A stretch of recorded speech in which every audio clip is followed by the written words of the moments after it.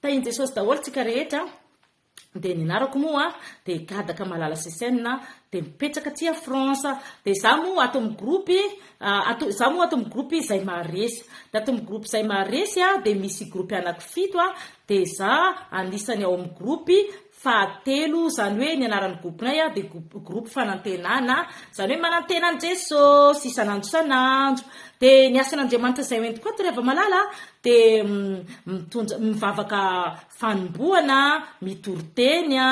de mivavaka ny firenena de mitondra mbavaka de mankasitraka antsika rehetra de manasa antsika rehetra fa isaky ny ariva misy fandaharana fotoam-bavaka zay hoentin'ny pastera Rakotosalama mivady